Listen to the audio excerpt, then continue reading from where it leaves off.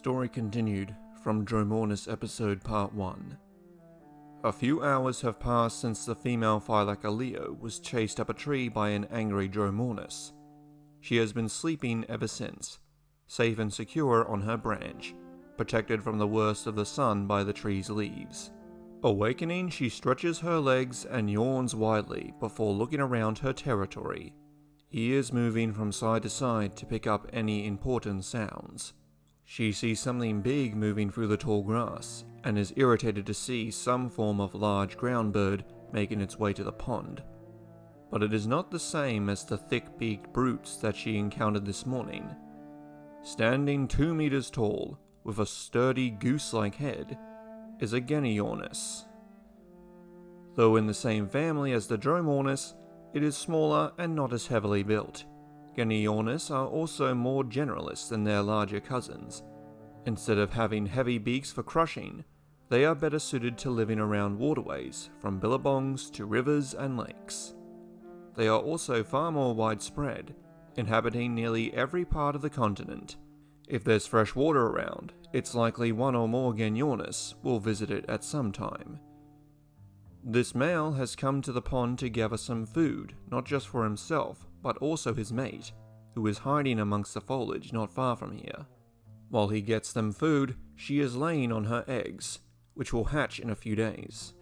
The couple were actually present when the Leo was chased by the Genyornis earlier in the day, but chose to stay hidden rather than draw the attention of their larger neighbors. Now the male is free to feed, and as he wades through the water, he moves his head over the surface, chowing down on the various grass seeds, bulbs, and even algae.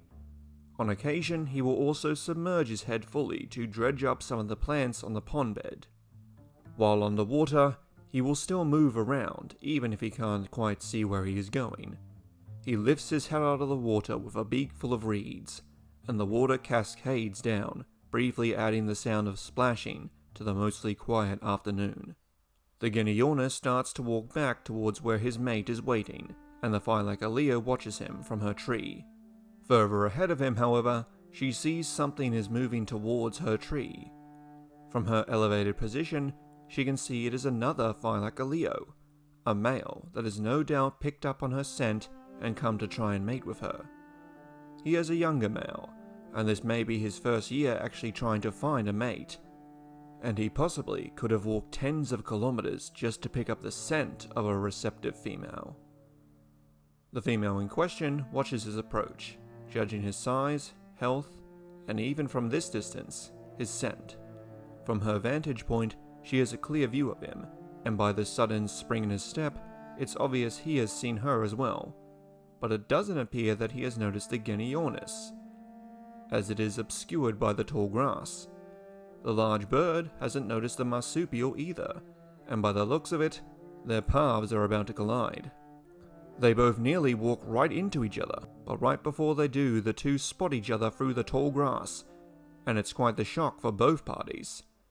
The males jump backwards in surprise, the Leo rising up onto his hind legs at first, but falling over onto his back from the force of his own jump. The Genyornis dropped all the plants in his mouth, as he squawked loudly, flapping his small wings in surprise. The male marsupial got to his feet and ran at the huge bird in a mock charge, swiping one of his forearms. The Genyornis was much larger, however, and when the carnivore got close enough, he extended one of his legs and swatted the Leo's head hard enough to force his face into the wet soil.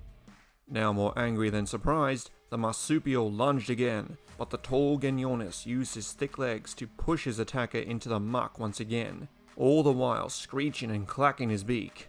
The young Leo tried again and again, but all he received for his actions was a wet face and a wet coat. Eventually he had enough of being pushed down, and ran away from the Genyornis, tail tucked between his legs. The Genyornis didn't pursue, instead continued to screech at him in irritation. The female Leo had seen the entire thing from her tree, and wasn't exactly impressed. From his display, she had decided that he wasn't the right choice for her. Now she just had to make that fact clear. The male himself had taken cover beneath the tree she was resting in, and trying his luck, he began to climb up to meet her. The female gave him a warning in the form of a low growl that reverberated from her chest, but the male didn't seem to notice. Not until he was just below her, and as he looked up, he saw her staring him down, her claws biting into the bark. The male froze there for a few seconds, and then attempted to get closer to her. She responded by lunging at him, baring her teeth and growling in anger. The male turned and bolted down the tree, evidently being smart enough to know when he was unwanted. But things didn't get any better for him once he got back down to earth, as when he turned to move away from the tree, he came face to face with two Genyornis. With the commotion that had happened before, the Genyornis' partner had come to check on him, and had arrived just in time for the both of them to see the Thylacoleo retreat out of the tree. For a brief moment, the couple stared at the marsupial, and he stared back. Then the two started screeching and both ran at the unfortunate carnivore that spun on his heels and ran as fast as his legs could carry him. The 2-meter-tall birds chasing after him, creating a racket as they went. The Thylacoleo female watched all this go down as well. She did feel a little bad for the male now, though on the other hand, was glad it wasn't her.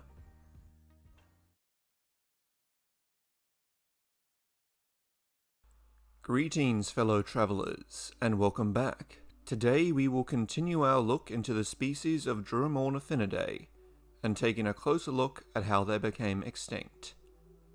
In the previous episode, I gave a general overview of the family, and looked at the 4 species in the Dromornis genus. In this episode, we will cover the remaining 3 genera.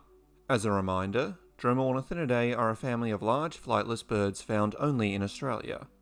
They grew to between 1.5 to 3 meters tall, with the biggest species being some of the largest birds who have ever lived. They are most closely related to waterfowl like ducks and geese, and not closely related to other terrestrial birds like emus and ostriches.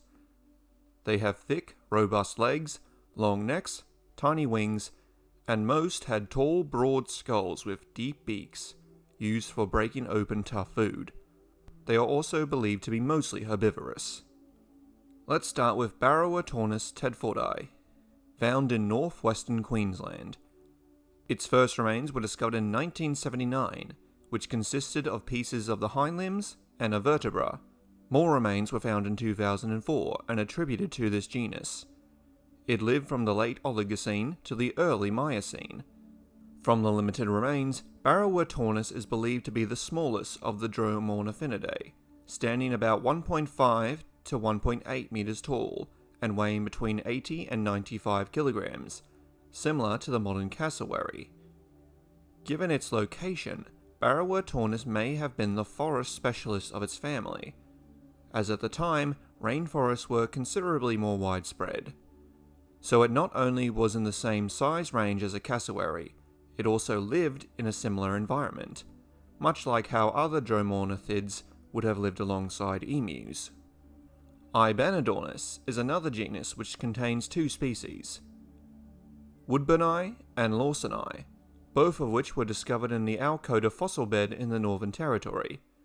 They stood around 2 meters tall, but were more lightly built than other members of their family, having smaller, lighter skulls and a thinner frame, better suited for running.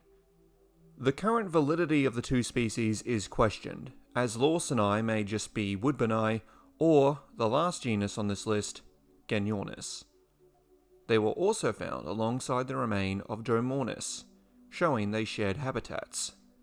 Finally, we have Genyornis newtoni, possibly the best known of the entire family. Its first remains were discovered in 1893 at Lake Callabonna in South Australia, and was described in 1896. Since then, remains have been found across the continent, and it is believed to have lived throughout the Pleistocene up until around 50,000 years ago, being the last surviving Dromornithid. In life, it stood 2.1 meters tall, and like other members of its family, its body and legs were very robust, and it could have weighed between 250 and 350 kilograms. Its skull is most similar to Ibanodornis, and though it is still tall and strongly built, it does more resemble its waterfowl relatives. This may mean that Genyornis was more of a generalist than the older Genyornis species that were more suited for crushing. Scientists also believe that since it was built more like a goose or swan, it may have preferred aquatic vegetation and lived in the environments that supported such a food source, such as rivers, lakes, billabongs, and wetlands.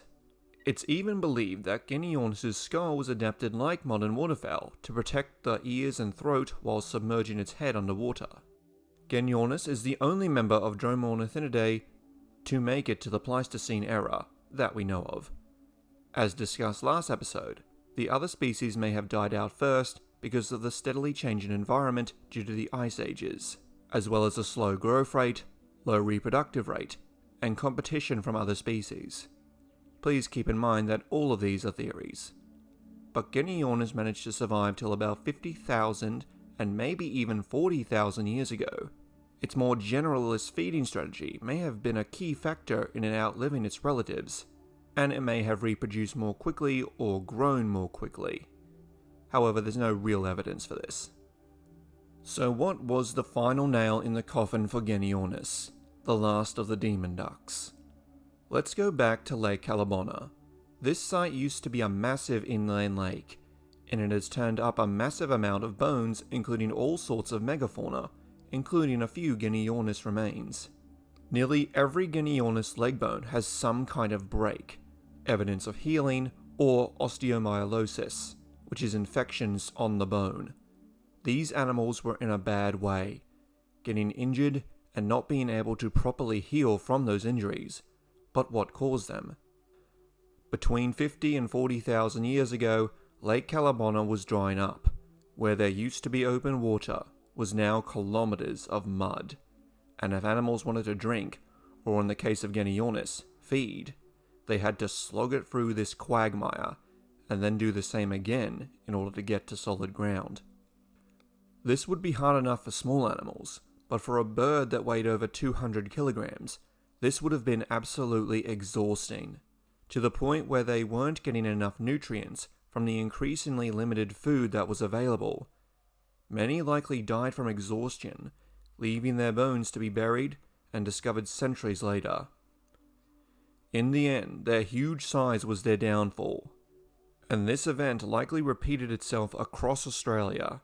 As the climate changed and the continent drifted north, forests turned to grassland and deserts, and the wetlands that Genyornis relied upon became restricted to more coastal areas. Their population became too fragmented or succumbed to illness, and the last of the Giga Geese disappeared. Now, some of you will point to the idea that the arrival of the first Aboriginals to Australia played a part in their extinction, and it's likely that their spread on the continent did in some way, either directly or indirectly, play a role in the extinction of different megafauna groups. However, I will say that this doesn't fit with what many indigenous cultures of Australia believe, and have passed down through their generations.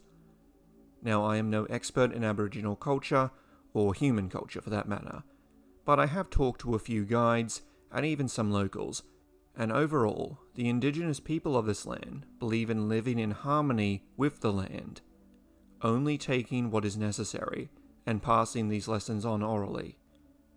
In many of the stories that involve megafauna, they are creatures to be avoided, or even feared. So I'm not saying that no human has ever hunted a Genyornis, or stole one of its eggs.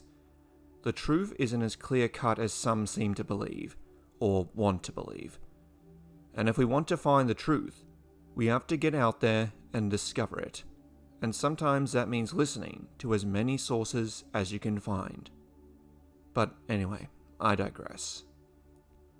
Dromornithinidae was a very unique family of terrestrial birds, from their insane sizes, to their robustly built bodies, to the fact that they almost made it to the modern day. But what do you think of Genyornis and its cousins?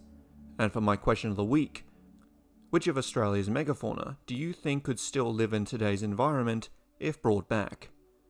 What lesser known extinct bird would you like me to do a breakdown on next? And until then, please like, share, subscribe, and thank you for watching.